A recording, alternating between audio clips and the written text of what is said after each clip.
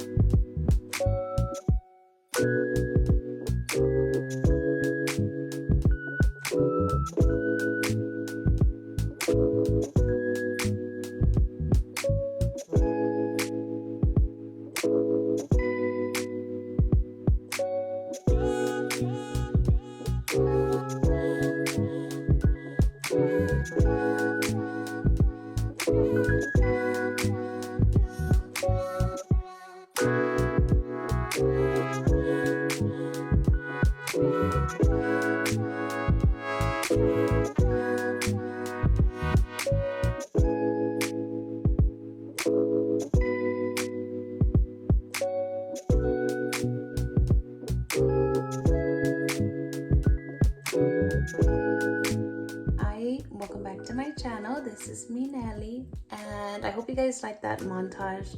I am going to be kind of talking a little bit about it. We had a road trip and it was so much fun, and we started off going to Austin, having an elevation night experience, and oh, that was so beautiful.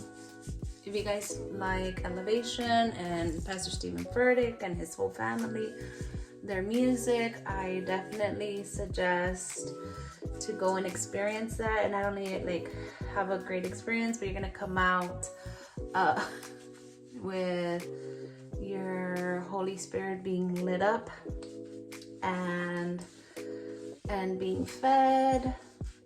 Man, it was just so great to hear that, uplifting. Diego and I really needed that kind of a date night. It was like an experience that you need in life. Any, like, whatever religion you're from, whatever like spiritual guidance you need, I definitely recommend going to something that like lights that up more.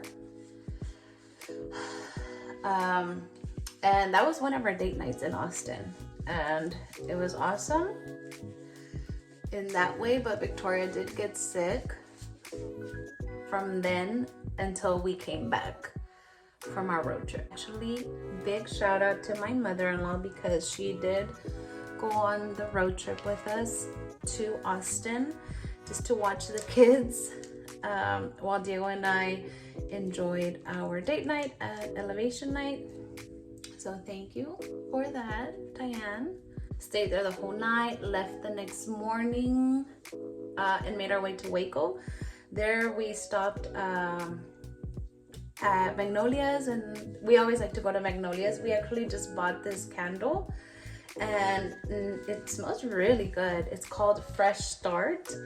If they sell it at Target, I'm definitely gonna go buy it again once this one finishes because it smells so good, very fresh, very spring leading to summer kind of vibe. And we also bought other little things that, you know, we just like going there. It's a really great pit stop for sure. We got some great coffee, got a matcha blueberry iced coffee or iced matcha, and Diego got a cold brew, a vanilla cold brew. We also got some cupcakes or muffins for the road.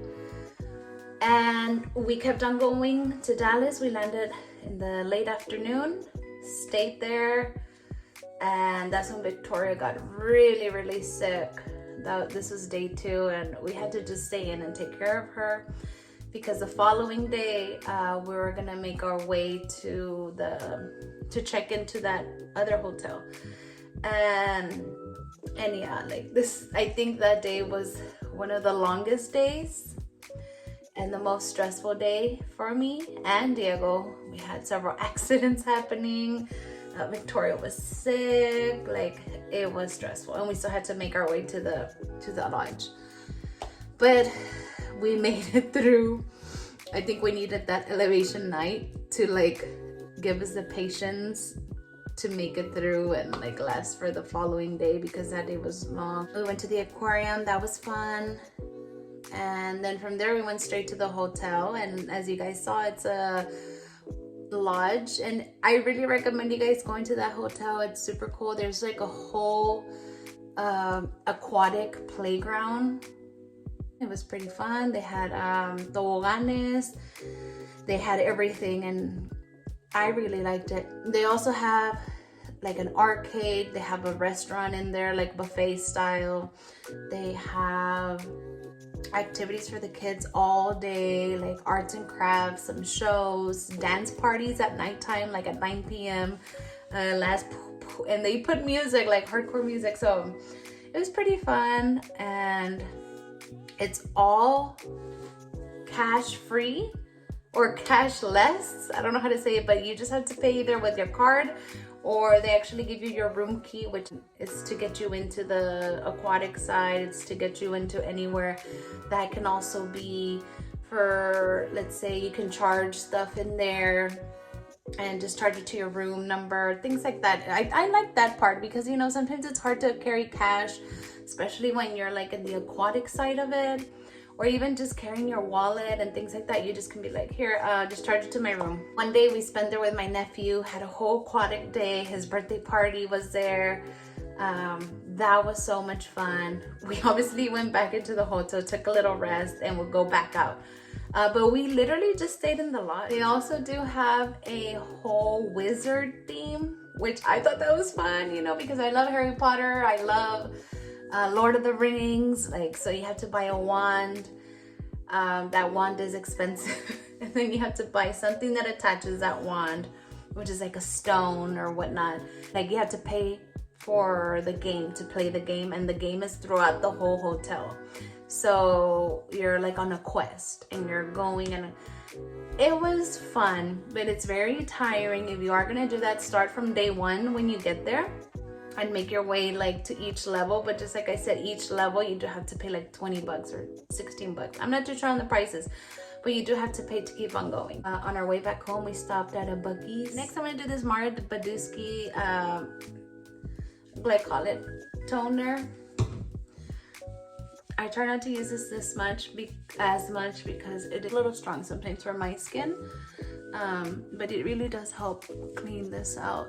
You're supposed to do this after you clean your face, like a cleanser. I'm gonna use this next, the Daily Dose from Supergoop. This is just for hydration. And I just put some on my forehead, on my cheeks, and on my chin. Because I like to I rub it all over my cheeks, my chin, and then whatever's excess, I put it down towards my neck. So yeah, that was our trip. It was super fun. We went with my family, and you know, us growing up, we always had trips, but to the island, because that's all we were able to afford then. We would have trips to the island or to the ranchos in Mexico, and it was all of our cousins, and I mean, we were a lot. And you know, we always have those memories, and we just want to create these with our kids now. And they had a lot of fun. They had a blast. They were all asleep on our way back. Also, some tips that I recommend traveling, specifically road tripping with kids. One is take some sort of activity for them, or several forms of activity for them. Victoria, unfortunately, had homework of the week to do. And then we also took her iPad so she can have a little break in between. We took coloring pages.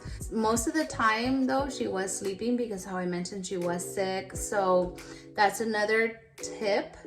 Always take some kind of medicine, because you never know when they're gonna get sick, either during the trip or before the trip or even after the trip on your way back. Always take like a little basket full of like medicine. Allergies, we had to go buy Benadryl because she was getting a lot of allergies as well. If you have a baby, in that basket put a lot of diapers. Take like cans of their formula. If you are formula feeding, also take them like little toys. We have this thermo water heater, and I boiled my water there before we went on the road trip, just so I can have, you know, to make his bottle on the way. So I would recommend that. And basically everything else you can buy on the road, like if you need anything. I did take snacks so that we wouldn't have too many pit stops on the road.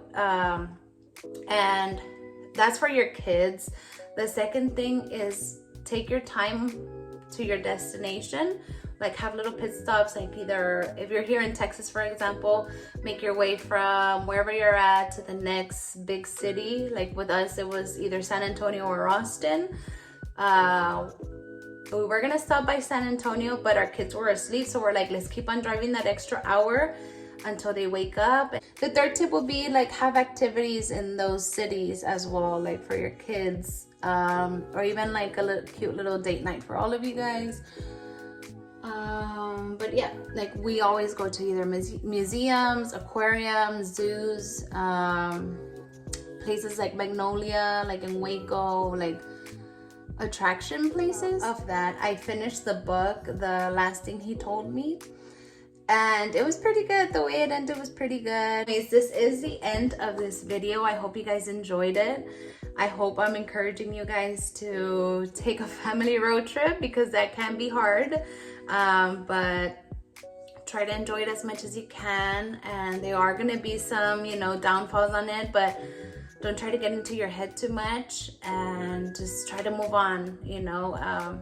Depend on each other with your partner, you know, to cheer you guys up and get over that hurdle, because at the end of the day, they are memories being made with your kids, and it is a beautiful experience.